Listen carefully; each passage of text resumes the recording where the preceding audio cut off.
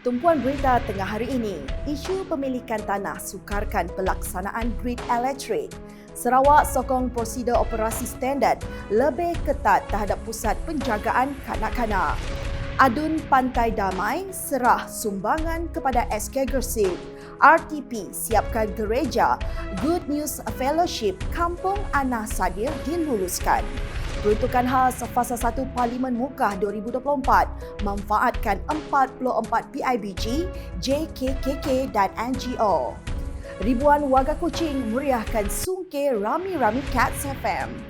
Unimas dan YHM anjur ceramah Pathway to Plastic Neutrality.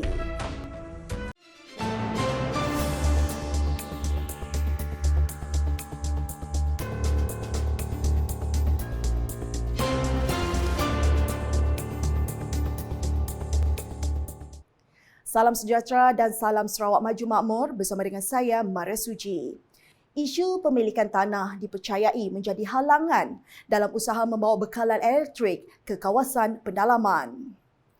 Menurut Timbalan Premier Sarawak, Dato' Amar Awang Tengah Haliasan, kerajaan melalui Sarawak Energy Berhad (SCB) telah bercadang untuk menyambungkan grid elektrik negeri ke kawasan lawas dan limbang bagi memperbaiki infrastruktur tenaga di kawasan tersebut. Namun begitu ujarnya, konflik berkaitan hak pemilikan tanah telah menyukarkan pelaksanaan cadangan berkenaan. Perancangan kita pada awal tahun ini, tapi macam-macam lah.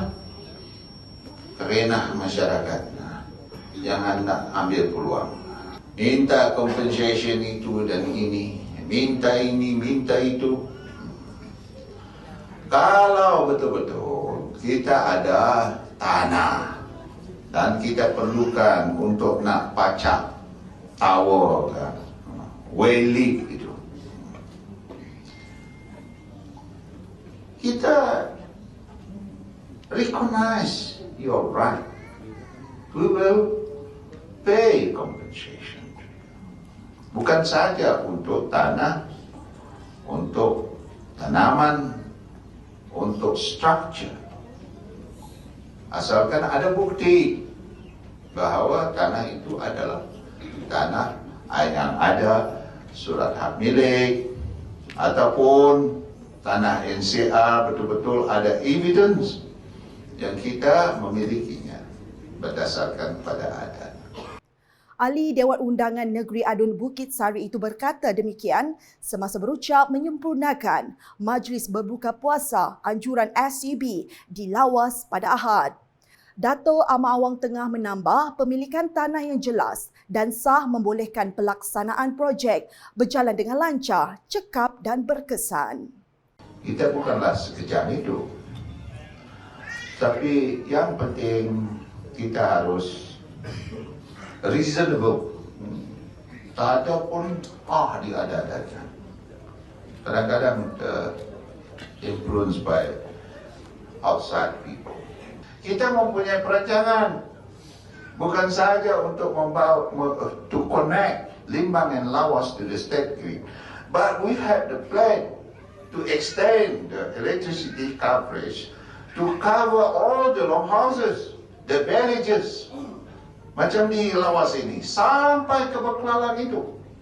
Sekarang dia gunakan generator set, dia gunakan adalah kaedah alternative power itu.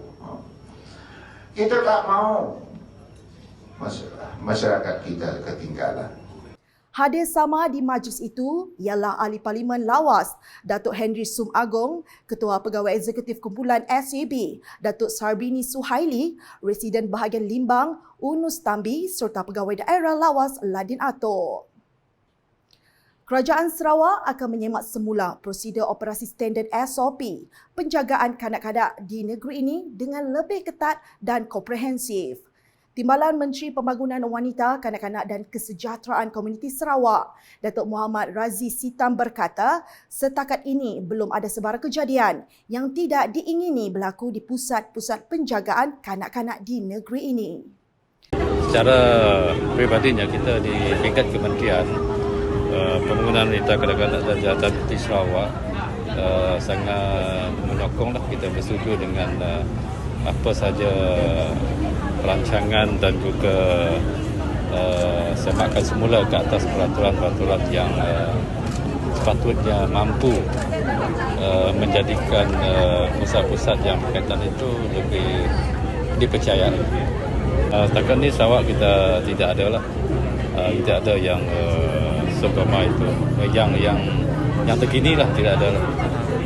Katanya ketika ditemui pemberita pada program Drive-Thru Ramadan Kasih RTM di Kuching pada Isnin. Beliau berkata demikian sebagai mengulas isu tular di laman sosial berkenaan dengan kes penderaan kanak-kanak seharusnya diberi perhatian dan tindakan yang lebih serius. Dalam pada itu, Datuk Muhammad Razi yang juga Ketua Kontingen Sarawak untuk Kejohanan Para Sukma turut mengalu-alukan bekas atlet Paralimpik menjadi jurulatih. Ujarnya, kerajaan tidak ada halangan untuk mana-mana bekas atlet menawarkan diri menjadi jurulatih. Dan walau bagaimanapun kita perlu melalui prosedur-prosedur kelayakan biasalah untuk mereka diberi peluang. Sebab ada kategori-kategori tertentu yang perlu dipenuhi untuk menjadi seorang jurulatih, termasuk jurulatih para sukma ataupun jurulatih atlet normal pun sama juga prosedurnya. Sebanyak 5,000 bubur lambuk dan bubur pedas diagihkan kepada pengguna jalan raya pada program tersebut. Timbalan Menteri Utiliti dan Telekomunikasi Datuk Dr. Abdul Rahman Junaidi telah menyampaikan sumbangan peralatan silat serta interaktif smart board untuk kegunaan Sekolah Kebangsaan SK Gersik. Ketika ditemui, Adun Pantai Damai itu berharap peralatan yang disumbangkan itu mampu melahirkan atlet silat dari sekolah tersebut. Jelasnya, dengan adanya peralatan silat yang lengkap, dapat meningkatkan lagi tahap kecekapan para pelajar dan mampu untuk melahirkan atlet-atlet yang berdisiplin serta mewakili sekolah hingga ke peringkat kebangsaan. Menurut beliau lagi, interaktif smart board yang disumbangkan itu bertujuan meningkatkan pengalaman pengajaran yang inovatif dan menarik di sekolah. Ujarnya, penyerahan peralatan teknologi pintar itu juga adalah salah satu usaha untuk meningkatkan digitalisasi dalam pendidikan di kawasan Dun Pantai Damai dan untuk digunakan dalam pengajaran dan pembelajaran di sekolah.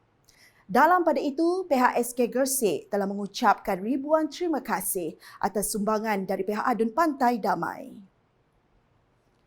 Timbalan Menteri Pengangkutan Sarawak, Datuk Dr. Jared Susil, meluluskan dana projek Program Transformasi Luar Bandar RTP sebanyak RM200,000 bagi menyiapkan sepenuhnya bangunan Gereja Good News Fellowship di Kampung Anas Sadir. Perkara tersebut telah dimaklumkan beliau semasa menyampaikan ucapan dalam majlis perasmian Anjung Dapur dan bilik sekolah gereja tersebut baru-baru ini. Selain itu, Datuk Dr. Jarib yang juga ada mambung turut meluluskan dana projek kecil luar bandar MRP sebanyak RM30,000 kepada ahli jawatan kuasa gereja tersebut bagi memudahkan mereka membeli peralatan dalam gereja serta penganjuran aktiviti tahunan mereka. Berucap lanjut dalam majlis tersebut, beliau menegaskan agar mereka yang telah disalurkan dana dapat menggunakannya dengan baik sekaligus membawa hasil pembangunan yang baik. Mengulas mengenai perbezaan agama antara pemimpin dan rakyat, beliau memberitahu bahawa tiada masalah kepada seorang wakil rakyat kawasan menghadiri mana-mana majlis, anjuran gereja atau mana-mana institusi keagamaan kerana ianya penting bagi mengeratkan silaturahim serta mendalami permasalahan yang dihadapi oleh institusi agama-agama lain. Timbalan Menteri Ekonomi Malaysia merangkap Ahli Parlimen Muka Datuk Hanifah Hajat Taib berharap semua penerima peruntukan khas fasa 1 tahun 2024 menggunakan sebaiknya geran yang diterima untuk manfaat bersama dan meningkatkan sosioekonomi komuniti setempat. Katanya geran berjumlah RM500,000 disalurkan melalui peruntukan khas itu merupakan inisiatif kerajaan untuk melaksanakan pembangunan, baik pulih dan menaik taraf infrastruktur dan program kebajikan masyarakat. Beliau berkata demikian pada majlis penyerahan peruntukan khas tersebut kepada 44 wakil penerima di Muka pada Isnin. Wakil yang hadir terdiri daripada Persatuan Ibu Bapa dan Guru PIBG, Jawatan Kuasa Kemajuan dan Keselamatan Kampung JKKK dan Rumah Panjang, Kelab Sukan dan Rekreasi serta pertubuhan bukan kerajaan NGO. Sementara itu, Datuk Hanifah berkesempatan menyempurnakan program agihan bubur lambuk dan bubur pedas di daerah Dalat pada Ahad. Sebanyak 1,100 bubur lambuk dan bubur pedas telah diagihkan di dua lokasi berbeza di daerah tersebut iaitu Oyak Square dan tempat letak kenderaan berdekatan Bazar Ramadan Dalat. Wakil kepada Ketua Masyarakat, Ketua Kaum dan Pejabat Daerah Dalat juga turut hadir semasa penyerahan bubur pedas di kedua-dua lokasi. Sementara itu, Datuk Hanifah berkesempatan hadir bagi memeriahkan program Sungkir Rami-Rami Cats FM yang diadakan di Padang Merdeka Kuching pada petang Sabtu. Kira-kira 2,000 masyarakat pelbagai lapisan memenuhi Padang Merdeka untuk berbuka puasa beramai-ramai dengan membawa makanan, tikar, kemah dan kerusi rehat masing-masing. Dalam program sama, Datuk Hanifah turut menyempurnakan penyerahan sumbangan raya kepada anak-anak yatim. Majlis diserikan lagi dengan penampilan istimewa pelakon popular tanah air Beto Kushairi yang turut sama menyantuni dan berbuka puasa bersama para peminat beliau. Sementara itu, para penyampai dan kaki tangan Cats FM juga telah mengagihkan bubur lambuk kepada orang ramai termasuk pek makanan percuma kepada 300 pengunjung dan 800 pek bubur lambuk. Pelbagai aktiviti sampingan juga diadakan seperti permainan dan kuis serta persembahan pentas. Universiti Malaysia Sarawak UNIMAS dengan kerjasama Yayasan Hijau Malaysia YHM telah menganjurkan ceramah Pathway to Plastic Neutrality Collaborative Action and Innovative Solution bertempat di Dewan Zamrud, Dewan Tengku Abdul Rahman Putra Data UNIMAS pada Isnin. Naib Chancellor UNIMAS Profesor Dr. Ahmad Hatta Rasid berkata, ceramah ini diadakan bagi menghimpunkan suara terkemuka dalam kelestarian alam sekitar untuk menangani isu sisa plastik dan menggesa para peserta menyumbang kepada masa depan yang mampan. Here in UNIMAS, we are proud to lead by example through our low carbon campus Roadmap 2030 initiative.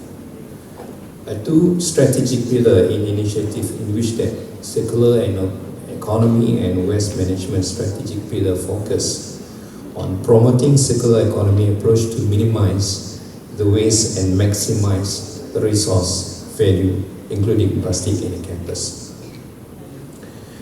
By implementing effective waste management practice and emphasizing the reuse and recycling the material, you must aim to reduce waste in campus by 40% from 2022 onward.